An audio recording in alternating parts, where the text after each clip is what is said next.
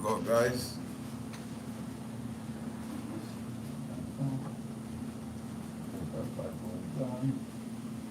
We should come back. We should get. All right, guys. There you go. So, guys, tonight we're just gonna chit chat. All right. Just gonna talk food, all things YouTube, sports, um, anything we want to talk about. You know, pardon me, guys. I'm just getting set up, just getting ready, and it could be it could be anything you guys want to talk about, right? So, I said do a Q and A. It's a chit chat. You guys know me, Chef Carlton. For the you guys who don't know me, I'm big in the food groups, social media, and Facebook. Um, I've been in a lot of food competitions all over. You know, been in the industry for going on 15 years. There's two things I want to talk about today, separate from the questions you guys have, and and two things I really want to touch base on. Well, so that's the first question coming. So, what got you into food from Mr. James Jones? What got me into food? I think I talked about this before on a prior Q and A. What got me into food was my first job out of high school was in Hard Rock Cafe in Orchard. So I don't know how many of you guys know that cafe that used to be at Taj Mahal Plaza. But that wasn't my first job. That was my second job. My first job was at a gas station, but that had nothing to do with food. But I stayed there for like a year. Then anyway, when I got to Hard Rock, I started at Hard Rock as a dishwasher. And if you guys know, quite a few of my subscribers also subscribed to Bradley My Cooking. At the time, Bradley was a line cook. Bradley was a line cook at Hard Rock. Give me one second, guys. Bradley was a line cook at the Hard Rock Cafe. Alright? So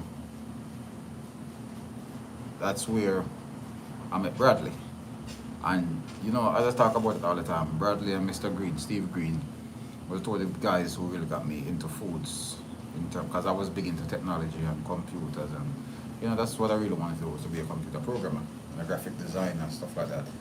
So when I started working at Hard Rock as a dishwasher, whenever I would take like plates to the line, or go to the line to take out the trash or whatever, I'll go, you know, I always stop and just admire the cooks and what they're cooking, and the passion that they show for what they're doing. And of course, some have more passion than some, you know, that's just the nature of the business. So, but Bradley and Mr. Green, what they were doing was second to none in terms of the passion that they show in what they're doing, and the love that they had for what they were doing, and the care and the urgency, and that, you know, when you see on TV all this great shift is going on, it's sync and everything is just going like clockwork. That was how Bradley and Mr. Green make it. But you know, I work with people like Chris, Patrick, all those guys were just in tune to what they were doing. But the two guys that really stood out for me was Mr. Green and Bradley. And you know, and this was, I'm talking about 2005, 2006, around that don't quote me exact dates, but around that time frame. Or no, I want to say it's probably 2007, 2008 time frame, somewhere around there. So that what got me into foods. And then when I think Bradley left Hard Rock, went to work for Rooms, and I followed him to Rooms. And then I relocated. I come to US in 2009. And when I got to the US, I was in New York for a while, and then that's where I really decided to pursue my career into foods. So I used to work for this vegan and not health food restaurant in the Bronx, 215th White Plains Road. It was Holy Fruits Juice Bar. We used to work for this Rasta guy. But yeah, we used to do a lot of vegan and vegetarian. No meat wasn't involved because, you know, it was the Rasta. So yeah, that's where, and then I left from there to Golden Cross. And you guys know Golden Cross is like a Jamaican Caribbean restaurant.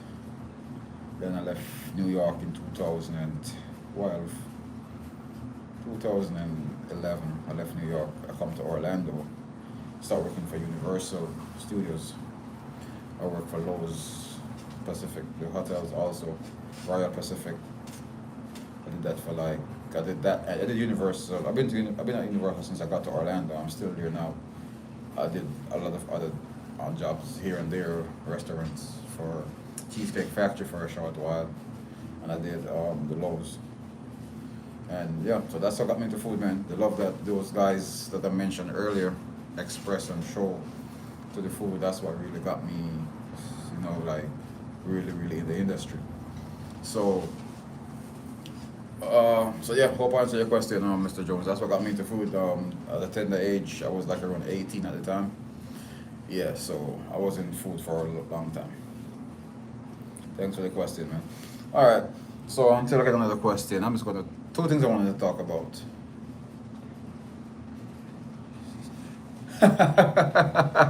Where I see Man U finishing this season, man. I'll be honest with you, man. I'm a Man U fan at heart, man. At heart, I've been supporting the club since. I'm answering your question, but I'm just giving you a quick history. I've been supporting the club since 1997. And for those of you guys who might wonder, damn, how old is this guy? I'm just 35, guys. So in 1997, I was 10. So I remember when I was 4. So I got a very good memory. So I've been supporting Manchester United since 1997. And what happened in 99 when we did that treble, that was the icing on the cake. Where I see we finishing this season under Ten Hag, I don't know, man. I say we make top 4 though. I say United make top 4 this season. Now, challenging for the title? I don't know. But definitely top 4. I think Manchester United should always at least be in the top 4. That's just what I think. This season we finished what? Last season we finished what, 6th? I think that was just a fluke, but I think we're going to finish in the top 4. I want to say 3rd or 2nd, but very minimum top 4. 4th. So I think we're going to finish between 2nd and 3rd, somewhere along there. Probably optimistic, probably being hopeful, but that's just what I think. All right.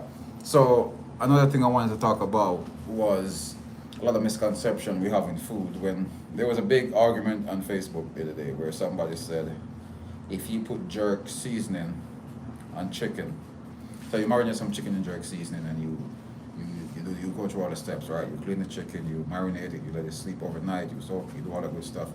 But then you put it in the oven, which is a commercial oven in your house. It's not jerk chicken because it wasn't in the oven. So it's baked chicken with jerk sauce. That's what somebody said, right? And a lot of people agree with him. A lot of people agree with him. More agree with him than who disagree with him. Well, somebody said to him that, okay, good question. Somebody asked a question, but they're asking it on Facebook, so I'll get to that question in a minute. So somebody said to him that, no, if it's jerk seasoning, jerk is the when you do curry chicken, you call it curry chicken because you put curry in it, and then you cook it. You call it brown stew chicken because you put browning on it, and then you cook it. Or you call it jerk chicken because you put jerk seasoning on it, and then you cook it. It don't matter the technique. Now, nobody's wrong, nobody's right type of thing. If you put jerk seasoning and some chicken, and then you fry it, it's fried chicken, right? And if you put barbecue sauce on some chicken and then you fry it, it's still fried chicken because you fry it. So the problem comes in because Jamaican lingo, in Jamaica we put the Jamaican culinary, Jamaican cuisine and Jamaican lingo is very lazy. I'm explaining to you why I said that. Jamaica, if you're tall, they call you tall man. If you're short, they call you short man. If you're fat, they call you fat man. If you're brown, they call you brown man, right? That's just how Jamaicans are. We just give things our own names and we just go, right? That's kind of what happened in the food. Because when we serve curry chicken, a lot of people in the other places in the world call it chicken curry. When we say brown stew chicken, and you come to other countries, they call it stew chicken, or stew chicken with brown and sauce, right? When we say jerk chicken, nobody else do that, so they don't trouble that. So that's why jerk chicken is always so that type of topic where we don't know if we should say this or if it's that. We've got it done in a pit outside. We've got to dig a grill. So where do we draw the line for the guys? Those guys are saying you have to be done on a grill outside. If it's done in the oven, it's not jerk chicken. Where do we draw the line? Because if we're going to stick to authenticity, our original jerk chicken was done in a pit. So why do we just stop at the grill outside? Because if I get some chicken and I season them the same thing, I just put it on the grill outside on charcoal, that's not jerk chicken according to you guys' theory. Because you guys' theory said we got to get the pimento wood, we got to get the beer, we got to get it. And then, so if we're going to go all the way back in history and decide the whole origination of jerk chicken, the blood is involved in cooking the chicken also. So I don't want to pick side. I don't want to say what I think. I'm gonna leave you guys at that. But I personally think if you put some jerk seasoning on some chicken, I don't think. Okay, so you put some jerk chicken on some jerk seasoning on some chicken, and you cook it.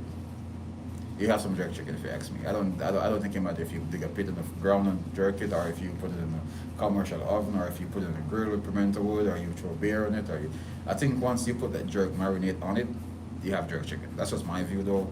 Don't hold me. Don't crucify me for that. That's just my view.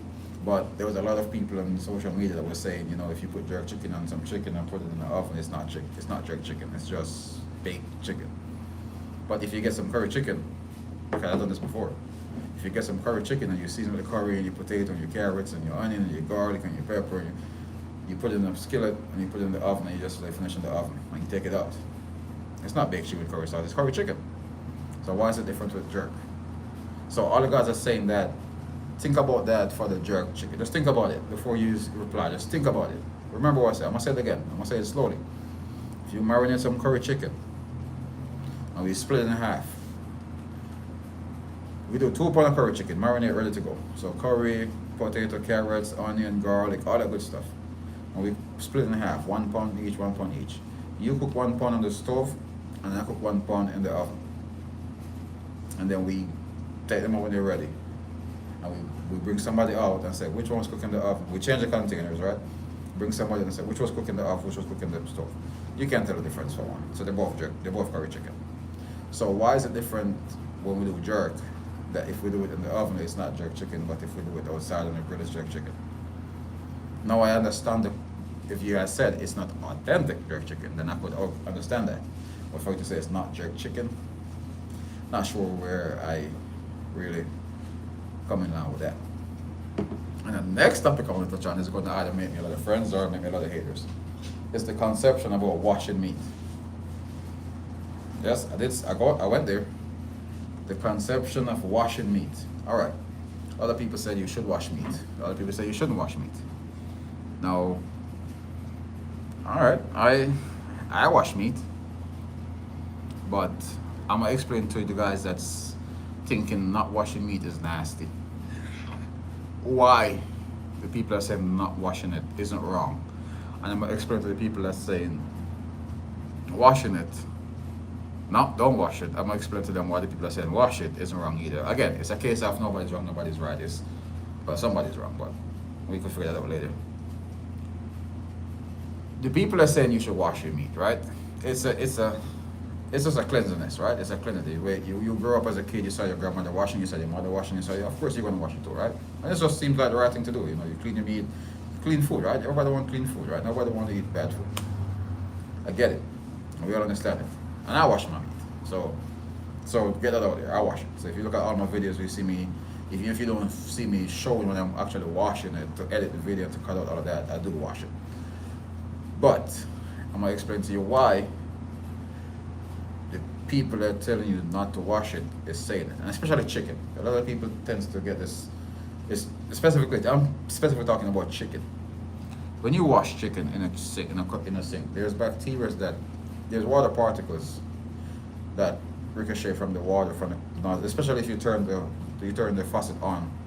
There's water that's just hitting the sink and then going all over your kitchen, right? But you can't see with the naked eye. So imagine when you put your chicken in the sink and you turn the pipe on, and all that water is just spreading bacteria all over your kitchen. And you wash your chicken, you come with your lime, you come with your vinegar, whatever you go with, and you wash your chicken. And all right, your chicken is clean.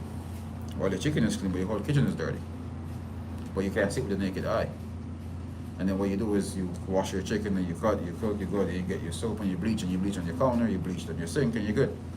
But all those splash that hit the wall, that hit your cutting board, that hit the floor, that hit the roof, that hit all that's still there. And we actually did it in a lab of one of my previous job where we bring in that light. There's a light that you shine after you clean. When you turn the light off and you shine it, and everywhere that's green is bacteria. And the whole kitchen lit up like a Christmas tree. But when you turn the lights on, this place look immaculate, speckless.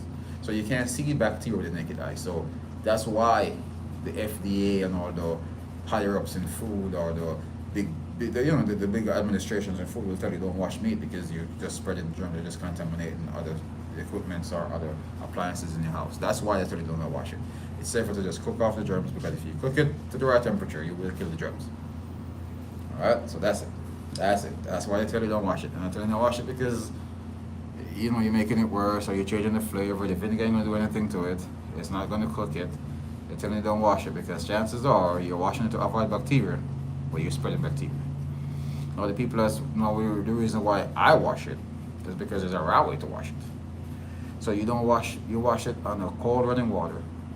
Make sure that the water is going downwards and you're not being like you don't stop the sink, put the chicken and turn the pot on. Don't do that because when you do that, that's what allows the water to ricochet all over.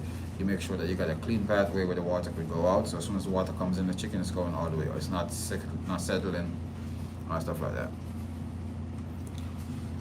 Oh man, so I wasn't looking at it that way. Yeah, a lot of people don't look at it that way. A lot of people look at it that way, but that's just how it is. But we learn while we go, and there's always things to learn. We never too old to learn. Even today, somebody was telling me, and I'm not mad or anything. I'm just like educating people. Like somebody was saying to me that, you shouldn't. I think I made some sea moss, and somebody was like, you should boil it. When you boil it, you kill the protein. And I'm like, oh no, boiling doesn't kill the protein. And somebody commented and said it doesn't, and I'm like, no, because look at allergies. Remember, what you're allergic to the protein in food. That's why you're allergic to the protein. So if somebody got a peanut allergy, you're allergic to the protein in the peanut, right? So if I got a peanut allergy or a shellfish allergy, and I boiled some shrimp, so I got a shellfish allergy. If I boil some shrimp, that don't make it safe to eat. And I tell them, I'll give you one better.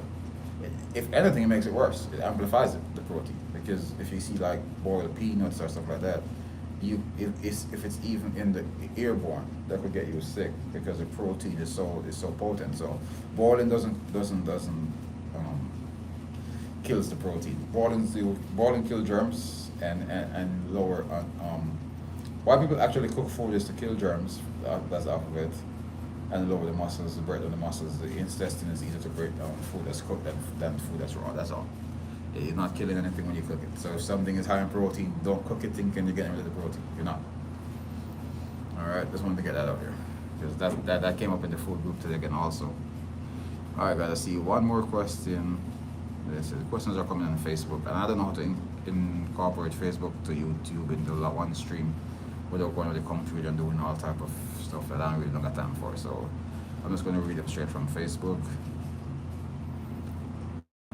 I think this one says, where do you see yourself in 5 years? Oh, this famous 5-year question. Oh no, I got plans. Some I want to discuss, some I'll probably touch briefly on. But in 5 years, I'm still going to be in foods in 5 years. Hopefully still at my current job, probably a different role, but still want to be with the company. My own restaurant is something I'm thinking about. It's not something that's on the front page right now, but it's something I'm thinking about. It's what I want to do though is open an online store, which actually I'm planning on launching by the end of this year. I want to do an online store for cooking, for my stuff on my cooking channel, like the shirt. I'm gonna have these shirts. I'm gonna have glasswares. I'm gonna have hats. I'm gonna have mugs. I'm gonna have like wine glasses, cooking aprons, like cutting board, customized cutting board, even like pens. I'm going to sell some merchant. So I'm building the website myself because, as I said in the beginning, computer graphic and designs and stuff that I went to school for. So I'm pretty good at stuff like that. So yeah, that's what I want to be doing. I want to get that up and running by the end of this year. So I want to start my own online store by the end of this year. I'm still working on the website, so it takes time, because I still got to work and um, I still do YouTube videos. It's just that this last 2 weeks been crazy with work, and works first all the time. So family and work. So with that being said, should be dropping a video tomorrow. It's gonna be actually no one's gonna be yet, but I'm gonna be dropping a video tomorrow. If you got any suggestion, and if you guys want to see anything specifically, just drop it in the comment. Shoot me a text. If you guys have my number, reach out to me on Facebook. Or do you guys follow me on Facebook? Actually, I got more followers on Facebook than YouTube. That's funny. So all of you guys that follow me on Facebook, YouTube, wherever, just drop a comment of whatever video you guys want to see me do. Whatever questions you guys have, go ahead and shoot the questions in my way. Again, it don't got to be food. As I see my man asked about Manchester United. I don't know. I'm a Man U fan at heart, man. You see those logos on my computer screen, it's in my room. My office says Old Trafford. So any questions you guys have, feel free to ask. There was one more thing I wanted to touch on before I go, and that was the difference between getting up every day and say, "Oh my God, man, I have to go to work today," or "Man, I have to do this today," or "Oh my God, I have to talk to this person today," or "I have to do this." Change that "have to" "I get to," and that will make your life much easier. Trust me. Just get in the mind frame of "I get to go to work today," or "I get to talk to this person today," or "I get to deal with these guests today." Oh my God, I get to see these guys today. I get to see my coworkers today. Because guys, there's a lot of people out there that don't get to. All right, so just think about that. Change that, and that will change your whole spirit in the daytime, your whole mind frame, your whole thought process while you go through your day. Because nobody want to get up to go to 8-10 hour shift and it's already tired or laggy or mad or upset. You want to go into work booming energy and just have a good day. All right. So guys, that's where I'm going to cut this one. There's one more question which I'm going to answer in the next one, because it was a question I already answered already. But yeah, I'll touch that one next one, because I don't want to keep dragging these lives out. I want to do them to like 15 to 20 minutes. I'm just over that time frame now, so I'm going to try and make this more often. I know I always say that, but I always don't get busy. But I'll definitely try and take 20 minutes out of my week for you guys, just to touch base live and just talk. All right, guys. So thank you guys for those who tune in. Thank you guys for the questions and the comments. All right, you guys be safe and enjoy the rest of your night.